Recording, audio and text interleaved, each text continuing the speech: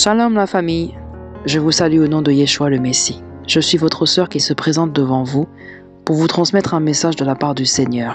Avant toute chose, prions le Seigneur. Seigneur Jésus, je remets ce moment entre tes mains. Fasse que chacun de tes enfants qui entendra ce message l'incorpore dans son cœur et que cela produise des fruits pour lui permettre au dernier jour de te voir. Voilà pourquoi nous te recommandons ce moment, que tu puisses demeurer parmi nous, que ton armée céleste et tes anges descendent dans ce lieu, demeurant parmi nous, mais que l'ennemi n'ait aucune porte d'entrée pour pervertir ce message. Ô Yeshua, que nous puissions ressentir ta présence, afin que tu puisses visiter tout un chacun qui entendra ce message et que Satan ne mette personne dans la distraction, que toi seul puisses entrer dans son cœur, dans le cœur de ton enfant, qu'il accepte ce message pour qu'au dernier jour, le salut lui soit accordé. Qu'il en soit de même pour moi, ton enfant, qui apporte ce message. Ô Yeshua, revêt-moi de toi, que cela ne vienne pas de moi, mais que tu puisses me revêtir de ton onction, afin que je puisse parler et que tes enfants reçoivent le message et qu'ils produisent ce message des fruits qui leur donneront le salut. C'est pourquoi nous remettons tout entre tes mains. Tout ce que nous n'avons pas demandé, nous te le confions à toi, notre Seigneur et Sauveur. Amen. Ma chère famille en Christ, je suis votre sœur Adeline. Je me présente devant vous afin de vous transmettre un message venant de notre Seigneur. Il ne m'a pas mandaté pour un message seulement, mais pour plusieurs autres que je transmettrai petit à petit afin que vous puissiez les comprendre. Ce sont des séquences de plusieurs scènes qu'il m'a montrées au cours du temps, au fil des jours et des années, et que je vais rassembler et vous transmettre d'une seule traite. Entamons le premier message. Avant de vous en faire part, je souhaiterais d'abord vous lire un verset qui m'a été exhorté par le Saint-Esprit en cet instant, au nom de Jésus-Christ. Nous lisons au nom du Seigneur, Apocalypse 16, verset 15, le Maître déclare ceci, « Voici, je viens comme un voleur. Heureux celui qui veille et qui garde ses vêtements, afin qu'il ne marche pas nu et qu'on ne voit pas sa honte. » Je vais le relire pour que vous l'entendiez mieux. C'est un verset que le Seigneur m'a donné en esprit, qu'il m'a exhorté à vous partager. Il s'agit d'Apocalypse 16, verset 15. Le Maître déclare, « Voici, je viens comme un voleur. Heureux celui qui veille et qui garde ses vêtements, afin qu'il ne marche pas nu et qu'on ne voit pas sa honte. » Mes chers frères, voici le deuxième verset que le Seigneur m'a exhorté à vous partager. Nous lirons Apocalypse chapitre 22, verset 11. Nous commencerons à partir du verset 11, ensuite nous lirons le 12, puis le 14.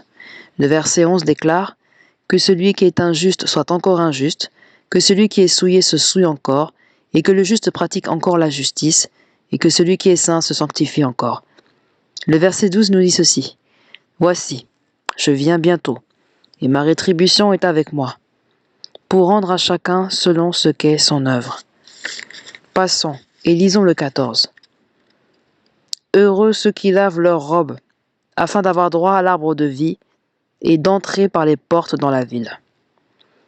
Mes chers frères, vous venez d'entendre le message que le Seigneur Jésus-Christ veut nous transmettre en ce moment. Il a bien précisé qu'il vient comme un voleur, mon frère, ma sœur. Dans quel état voudrais-tu qu'il te trouve? En présence de qui? La sienne ou celle de Satan? À l'instant, il m'a demandé de te transmettre ces paroles, de suggérer de prendre une décision et d'arrêter tout ce que tu fais qui n'est pas juste à ses yeux, car Jésus-Christ vient comme un voleur. Il a dit qu'il viendra quand tu t'y attendras le moins. Alors prends garde à ton style de vie. Où en es-tu? Crains-tu Dieu ou t'es-tu éloigné de sa présence? Mon frère, ma sœur, prends un instant pour y réfléchir, pense-y. Projette-toi au moment où Christ viendra et demande-toi où est-ce que tu seras. Il a dit qu'il viendra comme un voleur. Es-tu en train de veiller en chaque instant? Mon frère, ma sœur, voici le temps qui t'est accordé pour écouter ce message qu'il m'a été donné de vous partager. Alors ouvre tes oreilles et écoute ce que le premier message annonce. Le premier message est donc celui-ci. Alors que je dormais, un jour j'ai entendu la voix de Jésus-Christ en esprit. Il m'est apparu. J'ai vraiment vu son visage. Il disait en pleurant énormément que les gens ne prennent pas conscience que la venue du Fils de l'homme est proche. Cela m'a profondément attristé. Des larmes coulaient sur son visage lorsqu'il disait que les gens doivent prendre conscience que la venue du Fils de l'homme est proche. Mon frère, ma sœur, revois ton style de vie car le Seigneur arrive. Dans quel endroit souhaiterais-tu qu'il te trouve? Dans les bars, la prostitution, le concubinage, les insultes, te moquant des gens ou en train de calomnier les autres? Mon frère, ma sœur, repens-toi, car Jésus-Christ t'aime. Si ce n'était pas le cas, tu ne serais plus en vie aujourd'hui. Tous ceux qui sont partis avant toi n'avaient rien de moins que toi. Rien de moins. Et d'autres de tes amis proches sont morts.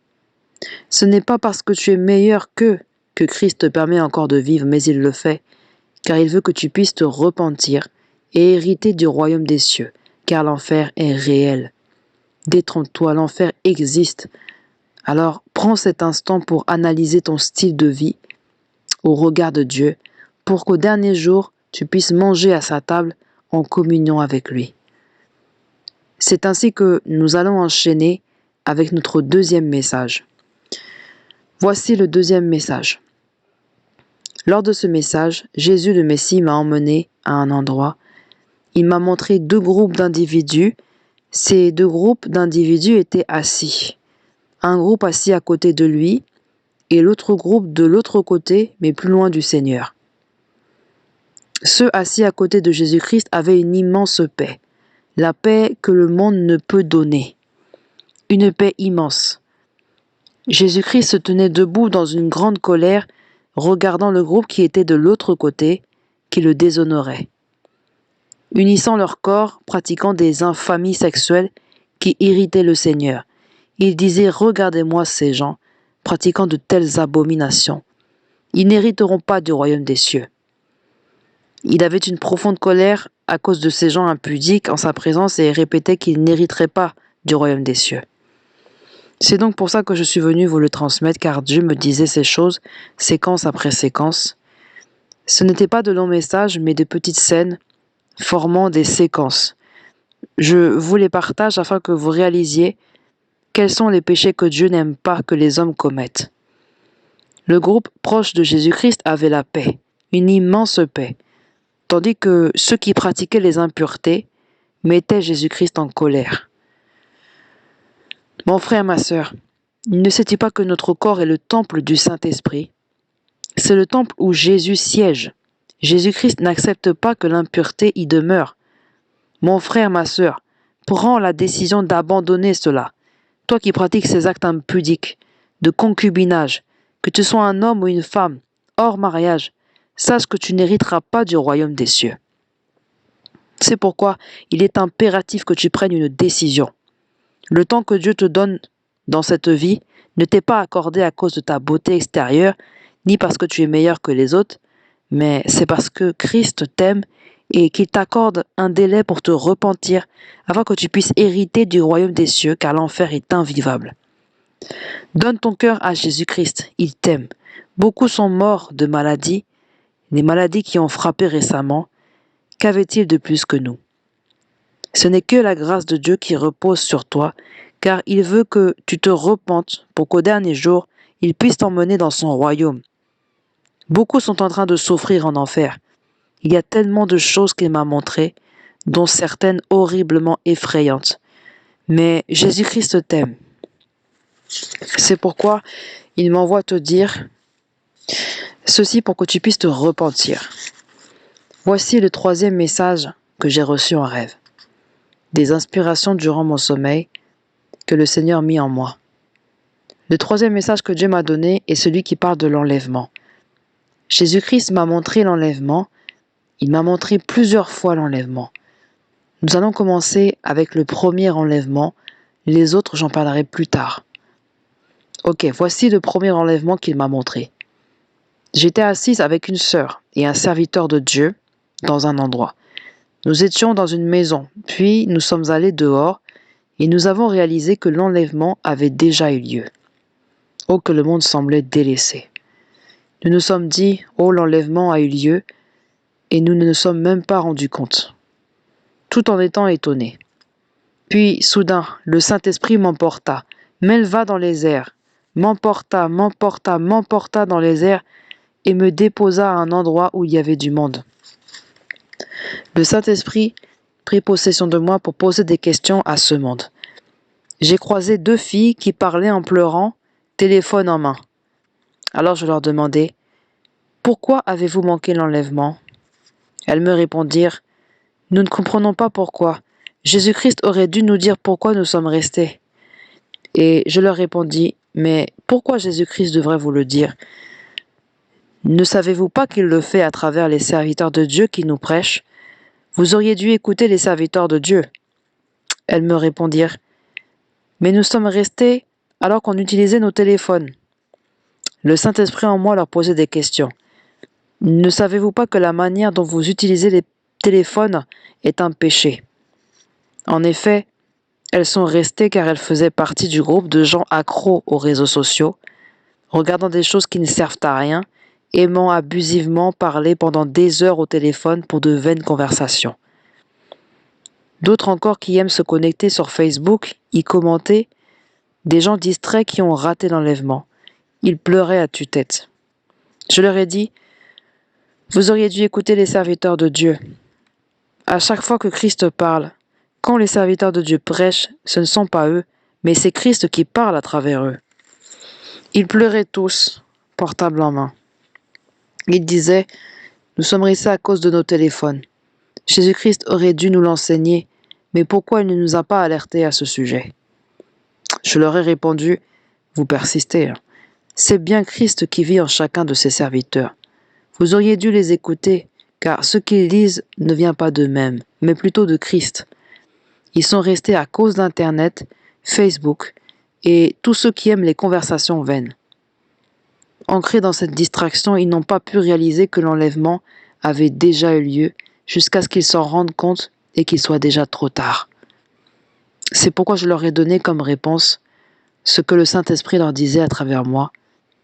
Ce que vous entendez dans les églises, ce qu'on vous prêche, vient de Jésus-Christ. Ensuite, ce même Saint-Esprit m'emporta de nouveau dans les airs. Tandis qu'il m'emmenait dans les airs, je voyais de nombreux groupes.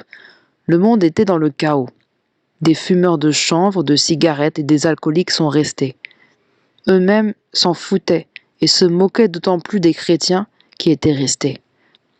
Ainsi Dieu m'emmena, me souleva pour m'emmener jusqu'à un endroit où était assise une chrétienne. Puis je vis cette chrétienne, une jeune fille qui pleurait, et le Saint-Esprit en moi lui demandait « Pourquoi es-tu restée ?» Et elle répondit « Je suis restée car je vivais sous le même toit que mon homme sans que nous ne soyons mariés, pratiquant le sexe hors mariage. C'est la raison pour laquelle Christ m'a laissée. » Cette chrétienne était profondément attristée. Une profonde tristesse sur un visage qui ressemblait à celui d'une chrétienne. Pourtant, ce qui a fait qu'elle manque à l'appel étaient les rapports sexuels hors mariage. C'est ce qui lui a fait manquer l'enlèvement. Le groupe de gens qui fumaient le chanvre se moquait des chrétiens, leur disant « Ah ouais, tout comme nous, vous êtes aussi restés ?» Et les chrétiens étaient profondément attristés et cette fille me faisait énormément de peine. Elle regrettait devant Dieu et j'étais désolé pour elle, me disant qu'elle n'aurait pas dû vivre dans l'impudicité en ayant des rapports sexuels hors mariage. Dans la même vision, le Tout-Puissant m'emmena devant un autre groupe de jeunes filles qui défilaient. Ces jeunes filles avaient la tête brûlée. Voilà, les chrétiens étaient désespérés. Ce message prend fin et nous passons au 4e message que Dieu me révéla par des visions durant mon sommeil, des inspirations me montrant ce qu'il veut me dire.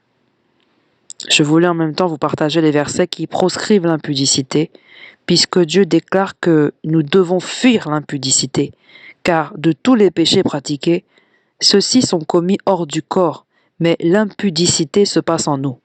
Christ a horreur des gens ayant des rapports sexuels hors mariage. Comme je disais, c'est un grave péché.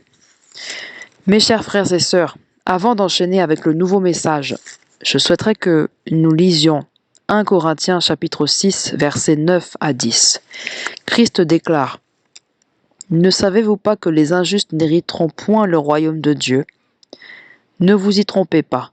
Ni les impudiques, ni les idolâtres, ni les adultères, ni les efféminés, ni les infâmes, ni les voleurs, ni les cupides, ni les ivrognes, ni les outrageux, ni les ravisseurs n'hériteront le royaume de Dieu. » Jésus-Christ le dit clairement.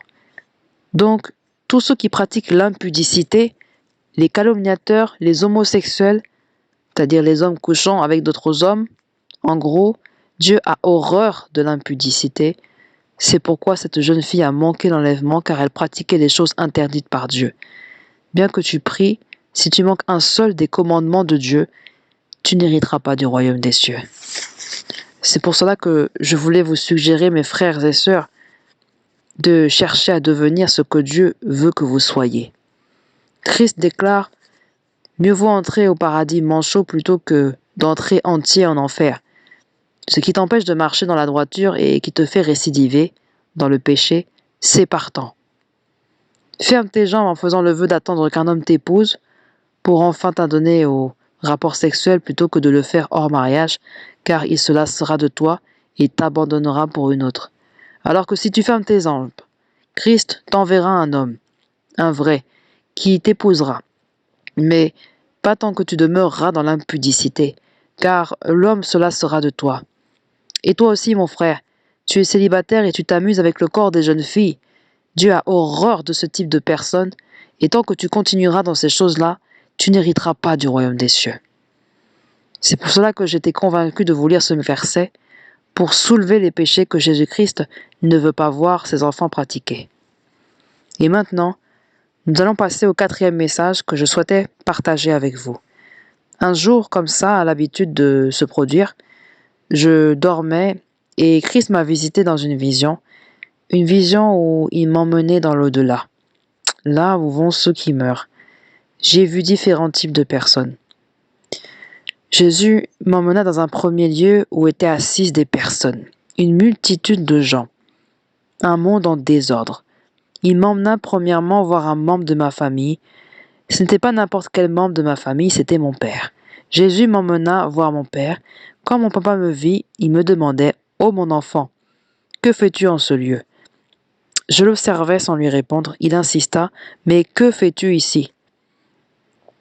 Je persistais à ne pas répondre. Il ajouta « Va dire au monde de se repentir. » Tu me conseillais, mais je n'ai jamais pris le temps de te prendre au sérieux, ou que ce soit ta maman qui me prêchait sans cesse, je n'ai jamais voulu l'écouter. Je cherche à m'enfuir de ce lieu sans succès, car le chemin qui mène à la sortie est introuvable. Je veux sortir pour annoncer aux autres les vérités auxquelles j'ai dû faire face en ce lieu. Depuis mon arrivée, je ne fais que souffrir. La souffrance règne en ce lieu. Je passe mon temps à chercher la sortie, mais je n'ai jamais pu la trouver. Va dire au monde de se repentir, qu'ils obéissent à tout ce que Dieu demande, qu'ils le mettent réellement en pratique au risque de se retrouver dans ce lieu de tourment. Depuis que j'y suis, je vais de souffrance en souffrance. Alors, toi, mon frère, ma sœur, qui entends ce message, sache que le lieu de tourment existe, mais aussi celui du repos éternel. Quelle voie choisis-tu? La voie de la souffrance ou celle du bonheur? Tant que tu vis, Dieu t'aime, et j'insiste, Dieu t'aime. Repens-toi, mon frère, ma sœur, repens-toi et va au paradis. Mon propre père, nous lui prêchions d'arrêter l'alcool et les femmes, mais il refusait de nous écouter. En cet instant, il cherche le chemin de la sortie, étant incapable de le trouver, m'exhortant à dire au monde de se repentir, de craindre Dieu, et d'arrêter de pratiquer tout ce qui horrifie Dieu au risque de se retrouver là où il se trouve. Il m'a réellement demandé d'aller l'annoncer au monde. C'est pour cela que je viens à toi, mon frère, ma sœur, pour te dire que tant que tu vis, Christ t'aime encore, il t'aime très fort. Ce n'est pas pour ton argent ou pour montrer que je suis une grande croyante, mais pour que tu comprennes l'importance d'obéir à Dieu. La crainte de l'Éternel est le commencement de la sagesse. Obéir à tout ce que Dieu demande, pour qu'au dernier jour, tu n'ailles pas dans ce lieu de tourment. La crainte de l'Éternel prévaut sur toute chose, n'est-ce pas? Il est impératif de craindre Dieu. Lui-même le déclare. Cherchez premièrement le royaume des cieux, et toute chose viendra ensuite. Le mariage, les enfants, l'argent, ne sont que des surplus que Dieu rajoute pour rajouter, car ce ne sont pas ses priorités, bien qu'il sait que cela fait partie de nos besoins. Laisse-le te les accorder en son temps, plutôt que de chercher les hommes en te demandant pourquoi tu n'arrives pas à te marier, d'aimer un homme pour qu'il puisse t'entretenir, car c'est comme gagner son ticket d'entrée pour l'enfer. Je t'en prie, mon frère, ma sœur, marche dans la crainte de l'Éternel afin que tu puisses entrer au paradis avec un seul bras, et ça malgré que le monde te dénigre avec des paroles du style « celle-ci est incapable de se marier, elle est désespérée ». Car c'est faux, tu ne l'es pas. Dieu t'a réservé un bon mari. C'est pareil pour toi, mon frère. Dieu t'a réservé une bonne épouse. Patiente, marche dans la crainte de l'Éternel pour qu'au dernier jour, les portes du paradis s'ouvrent pour toi. Puis Dieu m'emmena encore dans un autre endroit. À cet endroit, j'ai vu un frère. Nous le connaissons tous car c'est un chantre. Il portait une bague blanche et je le suivais. Et je me suis dit, mais je viens de voir un frère. Et je vais citer son nom. C'était notre chantre pasteur Atoms. Je l'ai vu dans ce lieu-là où vont les gens qui meurent. Je l'ai vu portant une bague. Et je me suis dit, mais on dirait le pasteur Atoms.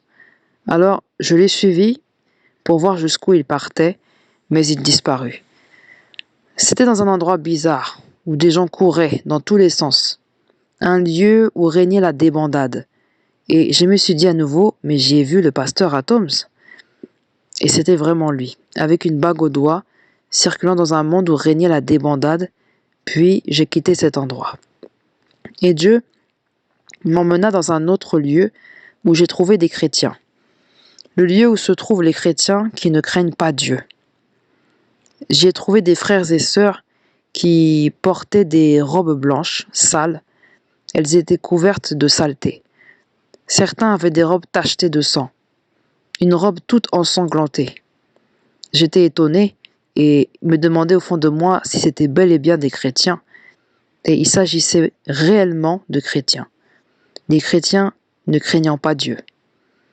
Toi qui avortes, tombes enceinte puis avortes, croyant te débarrasser d'une boule de sang, alors que tu en répandras devant Dieu. Tu en répondras devant Dieu. Ceux qui tuent les gens avortent, et ceux aussi qui pêchent. Lorsque tu pêches, ta robe blanche devient sale. Ceux qui portaient une robe blanche étaient rassemblés en groupe dans un même lieu. Et je vis une sœur qui s'exclamait d'étonnement. « Qu'est-ce que je fous ici ?» Elle se le demandait et moi je l'observais seulement, rajoutant « Comment est-ce que je me suis retrouvée ici ?» Sa robe était couverte de sang et toute mouillée. Elle se demandait « Mais qu'est-ce que je fais ici ?» Et d'autres se tenaient debout avec leurs longues robes couvertes de taches. J'ai alors compris qu'il s'agissait des chrétiens qui péchaient. Ils viennent à l'église, mais vivent dans l'impudicité, mentent, insultent, volent, pratiquent l'avortement, tout en sachant que ce sont des péchés. Ils n'avaient aucune paix. Dieu m'emmena encore dans un autre lieu en esprit, m'élevant dans les airs. Il me déposa dans un autre lieu et boum, j'atterrissais. Bien avant d'y aller, Dieu m'avait montré un autre groupe d'individus, tous assis, attendant d'être emmenés quelque part. Il y avait des groupes de multitudes de personnes assises. J'y ai aussi vu des petits-enfants qui avaient de sales caractères, tous assis ensemble, de petits-enfants assis là ensemble. Même des petits-enfants étaient à cet endroit. Puis, j'ai vu encore un autre groupe, comme ceux des chrétiens, qu'on emmenait dans un autre endroit de ce genre, comme si on venait les récupérer. Après, je vis un groupe qu'on emmenait, je ne me souviens plus où. C'est alors que le Saint-Esprit m'emmena quelque part, et lorsque j'y arrivais, j'ai vu des mamans m'apporter un enfant. Elles criaient « Voici sa mère, donnez-le-lui, donnez-lui, c'est elle sa maman. » Ah bon? J'ai regardé ailleurs, et j'y ai vu des pochettes de sang. Et donc, on me donna l'enfant, et lorsque j'ai regardé son visage, je leur ai dit « Mais comment cet enfant porte le visage de mon enfant ?» Ou bien que j'avais avorté une fois et que cet enfant m'attendait. Elles m'ont rapporté l'enfant que j'avais avorté qui m'attendait là-bas. Je me suis dit, Seigneur Jésus, je pensais que tu m'avais pardonné, alors que ce n'est pas le cas. Pourtant, aujourd'hui, j'ai une grande foi et je prie énormément, pensant que tu m'avais pardonné. Seigneur, je n'étais qu'une enfant, pardonne-moi, je ne le referai plus. Pendant que ces mamans répétaient, donnez-lui l'enfant, voici sa maman, voici sa mère. Ainsi, l'enfant que j'avais avorté m'attendait toujours avec des pochettes de sang qui représentaient les autres grossesses que j'avais avortées. J'étais tout près de l'enfant et il était la seule chose qu'on me donnait. Il avait un visage triste et cela m'avait fait de la peine, à tel point que j'ai énormément pleuré en ce lieu car j'étais profondément éprouvé de la situation. Je me suis dit que je pensais réellement que Jésus-Christ m'avait pardonné lorsque j'étais devenue chrétienne alors que non. Je n'étais qu'une enfant quand j'avais avorté cette grossesse. Quand Dieu me montra ces choses-là, j'étais profondément attristé. C'était réellement comme une vision. Vision, inspiration du genre. Au moment où je me suis réveillée, mes yeux se sont directement ouverts et j'étais revenu à moi me disant « Eh mon Dieu, mais d'où je viens? D'où je viens à l'instant, Seigneur Jésus-Christ ?» Sincèrement, j'ai pleuré énormément durant 3 jours, demandant à Dieu pourquoi il m'a rappelé cette grossesse. Je n'aurais pas dû l'avorter. C'était réellement le visage de mon enfant me regardant d'un air profondément attristé. Cela m'avait éprouvé. J'ai tellement pleuré que j'en ai ressenti le besoin de donner un conseil à mon frère, ma sœur, de vous avertir. Toi qui avortes, je t'en supplie, arrête de le faire, car ces enfants t'attendent. Tu penses peut-être que tu as simplement avorté et que ces choses sont passées, alors que ce n'est pas le cas. Ces bébés avortés t'attendent quelque part. J'étais comme vous, je l'ai fait quand j'étais une enfant, mais malgré que je sois devenue chrétienne, que je prie sincèrement, le Seigneur continue à me rappeler ce péché-là. C'est pourquoi, mes chers frères et sœurs, arrêtez ces pratiques-là. Si tu tombes enceinte, n'hésite pas à mettre au monde. Et toi, la femme mariée, si tu veux que Dieu te donne 4 enfants, ne t'inquiète pas, Dieu te rendra féconde. Et toi, mon frère, ma sœur, qui n'est pas encore marié et qui aime l'impudicité, la puterie, sache que cela t'emmènera en enfer. Arrête donc ces pratiques-là, car si tu es méfaim, tu n'auras pas de grossesse à avorter. Ces enfants pleuraient et étaient assis, le cœur rempli de chagrin. Et cet enfant qui était triste m'avait profondément éprouvé au point que je continue à le regretter me disant que je n'aurais jamais dû l'avorter. Mon frère, ma sœur, toi qui entends toutes ces choses, ne les pratiques plus. Je t'en prie, je t'en supplie, aux yeux de Dieu, un fœtus compte comme un enfant à part entière. Et toi, la femme qui est mariée, demande à Dieu de te rendre féconde. Et toi qui pratiques l'impudicité, arrête de le faire et attends de te marier. Ben oui, attends le mariage pour assouvir tous tes désirs avec ton époux, plutôt que d'avoir des rapports sexuels avec différents hommes pour ensuite avorter et que ces enfants souffrent, aillent dans ce lieu pour souffrir. Ces enfants, ils t'attendent là-bas. Donc fais le nécessaire pour arrêter cela. Et toi aussi, le chrétien qui vient prier le Seigneur. Le Seigneur déclare que ses adorateurs l'adorent en esprit et en vérité. Le fais-tu en vérité? En esprit? Souviens-toi de ces chrétiens que j'ai aperçus là-bas dans le lieu de tourment. Certains regrettaient en se demandant ce qu'ils faisaient là. N'oublie pas que tu ignores la date où la mort viendra frapper à ta porte, ainsi que le jour où le Seigneur viendra. Nous ne savons même pas quand est-ce que l'enlèvement se fera, car il a dit qu'il viendra comme un voleur. Dans quelle posture te trouvera-t-il? Ne crains-tu ou bien t'es-tu perdu en chemin? Mon frère, ma sœur, considère ton style de vie avec le regard de Dieu. En est-il fier? Dieu a placé 2 voies devant toi, disant « J'ai placé 2 voies devant toi, choisis-en une, mais je te suggère de prendre celle du bien. » Tant que tu vis, Jésus-Christ t'aime encore. Ceux qui sont morts n'ont rien de moins que nous. Mon frère, ma sœur, arrête ces choses-là, à savoir insulter, calomnier, te moquer des autres, afficher les autres, même si ça semble être de petits péchés, car aux yeux de Dieu, ils sont énormes. Il y en a plein en enfer qui insultaient et calomniaient, dénigraient les autres.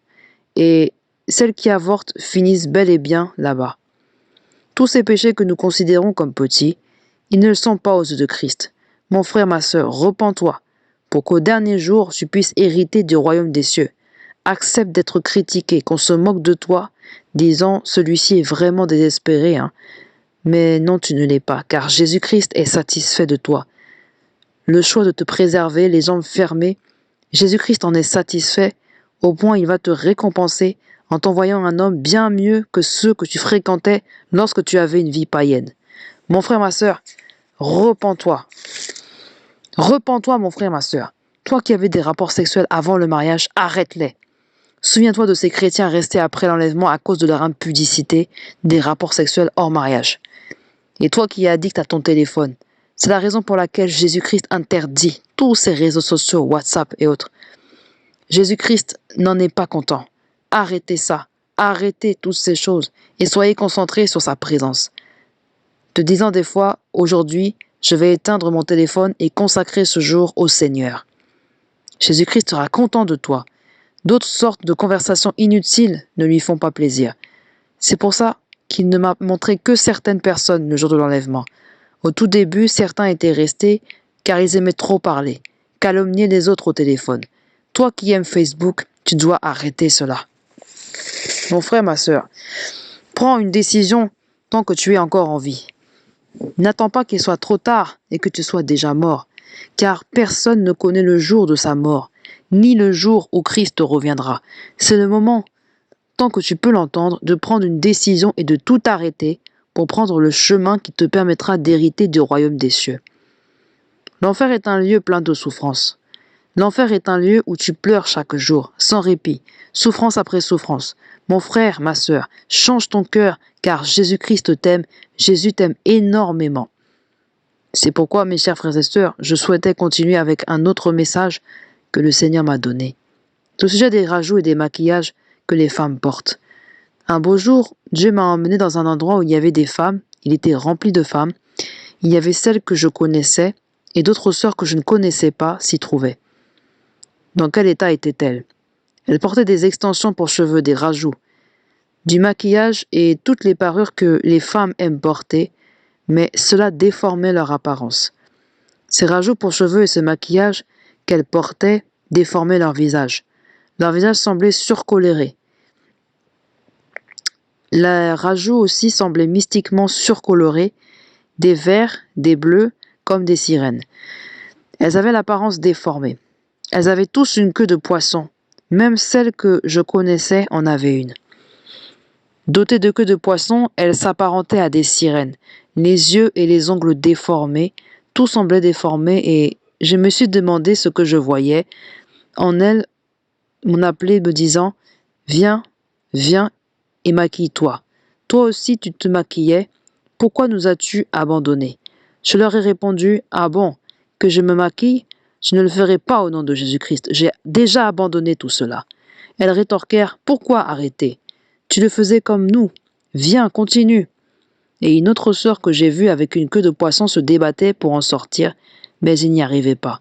Ces parures-là déformaient leur apparence, les rendant comme des sirènes, des poissons avec des yeux de sirène, et toutes les choses qu'elles avaient leur donnaient une apparence de sirène avec une queue de poisson, les empêchant d'en sortir. Il y en avait une qui se démenait pour sortir de là, mais elle n'y arrivait pas, et moi aussi j'étais déterminée à ne plus y retourner au nom de Jésus-Christ. Je n'y retournerai pas. Je leur tenais tête, leur disant que je ne remettrai plus toutes ces choses. Je ne les mettrai pas, je ne les mettrai pas. Mes chers frères et sœurs, toutes ces parures dont nous nous revêtons, Dieu ne les approuve pas. Les extensions, le maquillage, les faux ongles, etc. Toute femme qui en porte n'héritera pas du royaume des cieux. Et même les servantes de Dieu qui prêchent, des femmes pasteurs et des chrétiennes rateront le paradis à cause de ces choses-là. C'est pourquoi je vous le dis, qu'il vaut mieux entrer au paradis manchot, qu'il vaut mieux couper ce bras qui t'entraîne dans le péché, dans la perdition. Couper ce bras plutôt que d'entrer en enfer avec tes deux bras. Mon frère, ma sœur, même si on te critique avec des paroles de ce genre, cette fille ne porte même plus de rajout ni de maquillage. Accepte-le, car Jésus-Christ lui-même, en tant que Dieu, a accepté d'être accusé, critiqué. Même si on te juge, qu'est-ce que ça changera? Tant que ton âme est sauvée. Tu préfères vraiment continuer à te maquiller et manquer le paradis au dernier jour à cause de ces choses que Dieu interdit? Mon frère, ma sœur, ce sont les choses qui appartiennent aux sirènes, fabriquées dans le monde de Satan. Dieu m'a montré en esprit ces femmes, à l'apparence déformée. Toutes ces femmes qui se maquillent sont spirituellement des sirènes. Et ça ne s'est pas arrêté là. Jésus-Christ m'a donc montré les choses cachées concernant ces maquillages. Des visions, des inspirations à propos de ces femmes qui se maquillent. Mon frère, ma sœur, c'est mal, alors arrête ça. Il existe beaucoup de femmes qui n'hériteront pas du royaume des cieux à cause de toutes ces choses. Qu'il s'agisse de beaucoup de servantes de Dieu, même celles qui prêchent. Dieu m'en a montré une qui prêchait, mais là où elle le faisait, Les femmes étaient couvertes de maquillage, encore du maquillage, et le Saint-Esprit m'a revêtu de l'onction, et je me suis mise à prêcher toutes celles qui l'écoutaient prêcher. Le Saint-Esprit me fit me mettre debout tandis qu'elle prêchait, toute maquillée qu'elle était.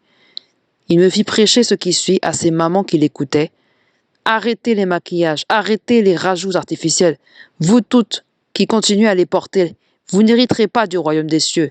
Dieu vous interdit de continuer à les porter. Certaines m'ont écouté, tandis que d'autres restaient sceptiques. Mais, mes chers frères, mes chères sœurs, serviteurs de Dieu, le Très-Haut est contre toutes ces choses-là. Il m'a montré énormément de choses à propos de ces serviteurs et servantes qui se maquillent. Beaucoup n'hériteront pas du royaume des cieux à cause de ces parures.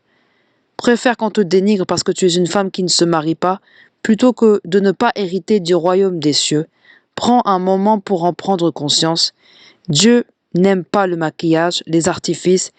Il veut que nous restions naturels, tels qu'il nous a créés, mes frères et sœurs. Si tu peux entendre la voix de Dieu, n'endurcis pas ton cœur. Je t'en prie, mon frère, ma sœur, arrête toutes ces choses. Accepte d'être dénigré pour entrer au paradis, plutôt que d'être acclamé tandis que tu fonces droit vers l'enfer. Tu ne sais rien des feux de l'enfer, mon frère, ma sœur.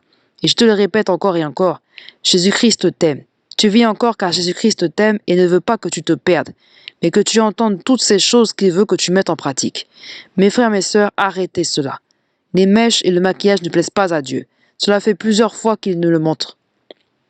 La prochaine fois, je parlerai encore de ce qu'il m'a montré au sujet des femmes, que toutes ces choses que vous portez ne lui plaisent pas.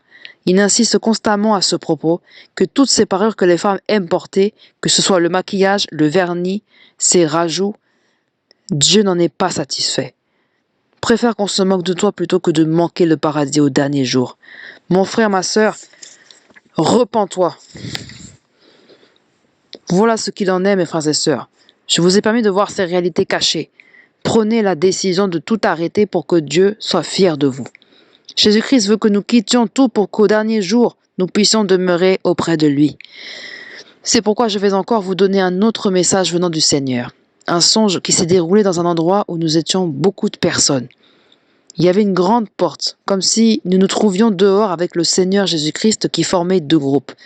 L'un composé de personnes qui s'étalaient de la crème, de la lotion corporelle, et le Seigneur surveillait si quelqu'un utilisait de la crème sans hydroquinone, donc qui n'éclaircit pas la peau.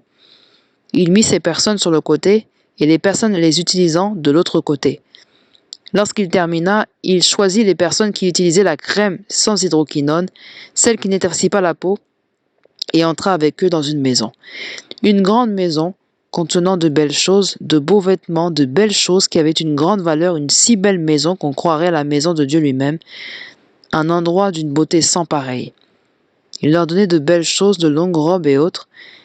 Il leur offrait toutes sortes de présents et ceux qui étaient restés, qui mettaient le tchoko, il les laissait dehors.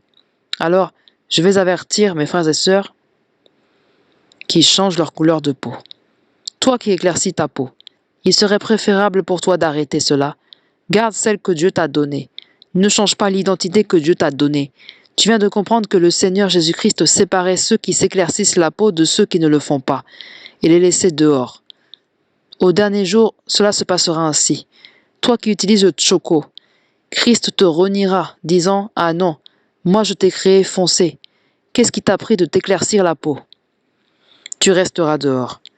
Ceci est une grande parabole que je viens de vous donner, signifiant que celui qui se décape la peau restera dehors et doit ainsi prendre une décision. Accepter d'être dénigré, qu'on se moque de toi, plutôt que d'aller en enfer à cause de ces produits éclaircissants, de rater le paradis à cause du décapage de la peau. Décide d'arrêter le tchoko. Le maquillage, qu'on se moque de toi, s'il le faut, mais que Dieu soit fier de toi pour qu'au dernier jour, tu sois au même endroit que lui.